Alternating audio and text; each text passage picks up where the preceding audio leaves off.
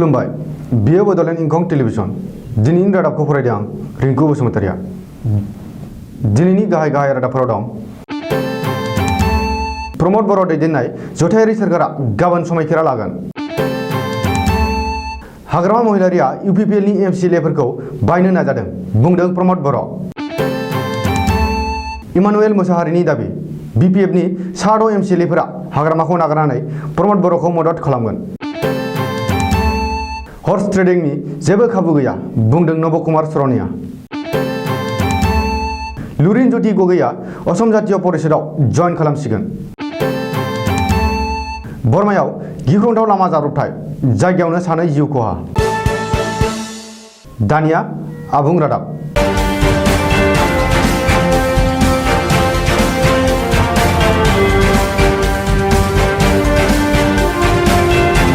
इउपिपिएलनि आफादगिरि प्रमद बर'आ गाबोन 15 डिसेम्बर खालि बिटिसिनि गोदान गाहाय मावफुं सोद्रोमा एबा चिफ महरै समायखिरा लागोन बर'जों लोगोसे इउपिपिएल बिजेपि आरो जिएसपि दोलोनिफ्राय बिसायख'थियाव देरहाबोनाय बिजाथिफोराबो समायखिरा लागोन आरो बिटिसिनि सोरखारनि बिबानखौ गाबोन आजावगोन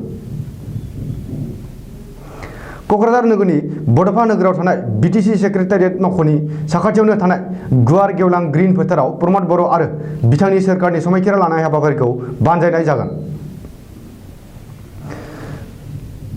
मिथिनो मोननाय बादिब्ला गाबोन प्रमद बर' आरो गोदान सोरखारनि गासैबो मावफुं सोद्रोमाफोरजों लोगोसे देग्लायनि बिटिसि बिसायख'थियाव देरहासार जालांनाय साफ्रोमबो बिजाथिफोरनि समायखिरा लानाय हाबाफारिनि थाखाय ग्रीन फोथाराव लाहार फाहार खालामगासिनो दं बबेखानि प्रमद बर' आरो बिथांनि जथायारि गोदान सोरखारनि समायखिरा लानाय हाबाफारियाव आसामनि गिबि मन्त्रि सर्बानन्द सन'वाल गोहोगोरा मन्त्रि डक्टर हिमन्त बिश्व शर्मा गुबुन मन्थ्रि एमपि आरो एमएलए मोना बाहागो लागोन होननानै बिटिसि प्रिन्सिपाल सेक्रेटारि सिद्धार्थ सिंहआ सुलुङाव फोरमायदों बेनि बागै एबसुनि गाहाय नेहाथारि आरो बिटिआर गोरोबथानि गुबुन सासे सागानगिरि लरेन्स इस्लारिया सुलुङाव फोरमायनाय बादिब्ला गाबोननि समायखिरा लानाय हाबाफारियाव इउपिपिएल बिजेपि आरो जिएसपि दोलोनि दैदेनगिरि सोद्रोमाफोरजों लोगोसे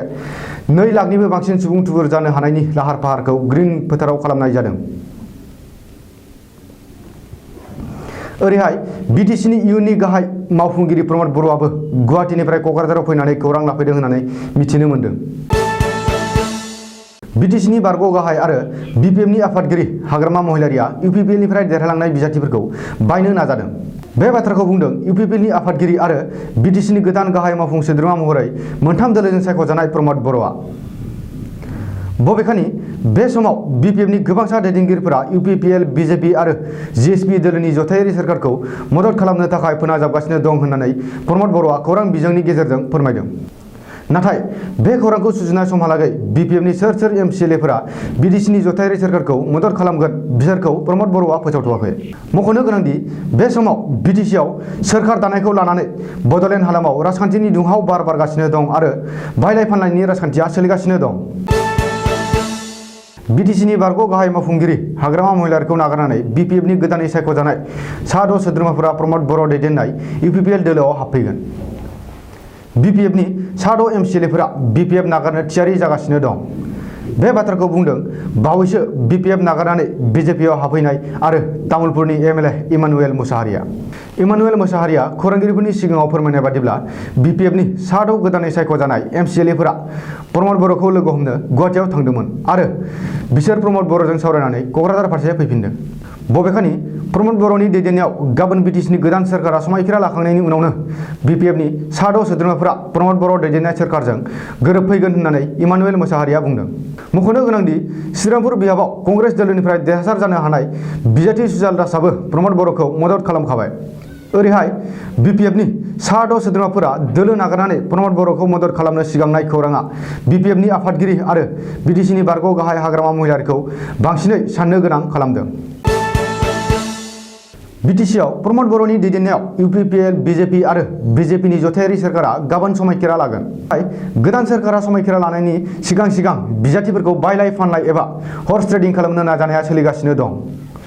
बेजों लोगोसेनो हर्स ट्रेडिंखौ लानानै बिटिसिआव सोरनि सोरखार फैगोन बेनि बागै बे समाव गोनो गोथो आरो दान्थेलायनाया सोलिगासिनो दं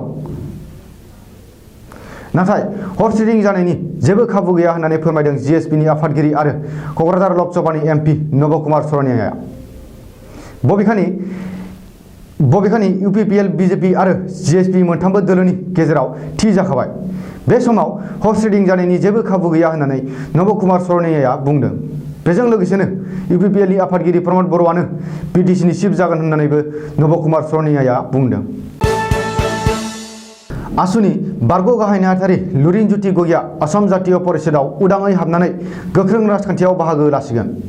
दिनै मोनसे खौरांगिरि मेल खुंनानै आसुनि बारग' गाहाय नेहाथारि लुरिनज्योति गगैया बे बाथ्राखौ गावनो फोरमायदों।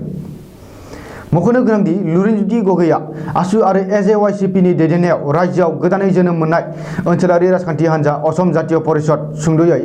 एजेपिआव फैगौ 16 डिसेम्बर खालि उदाङै हाबसिगोन। फैगौ 16 आरो 17 डिसेम्बर खालि शिबसागराव बानजायनो गोनां एजेपिनि जथुमाव जइन खालामनानै गोख्रों राजखान्थियाव बाहागो लागोन होननानै लुरिनज्योति गगैया दिनै गुवाहाटी पानबाजाराव थानाय हटेल प्रागआव मोनसे खौरांगिरि मेल खुंनाय फोसावदों आरो आसामनि सरासनस्रा रायजो राजाफोरनिफ्राय अनसायनाय आरो बोर सारस्रिनायखौ मागिदों। मख'नो गोनांदि लुरिनज्योति गगैया थांनाय नभेम्बर दानावसो आसुनि गाहाय नेहाथारि मासिखौ नागारदोंमोन आरो गोख्रों राजखान्थियाव बाहागो लागोननि इसाराखौ बै समावनो होखादोंमोन। बाक्सा जिल्लानि बेन्दोंआव थानाय बरमानि 31 नं राजा लामायाव मोनसे गिख्रंथाव लामा जाब्रबथाय जादों। थांनाय हराव जानाय बे लामा जाब्रबथायाव सानै लाइमोना जाथायसालियावनो जिउ गोमायो।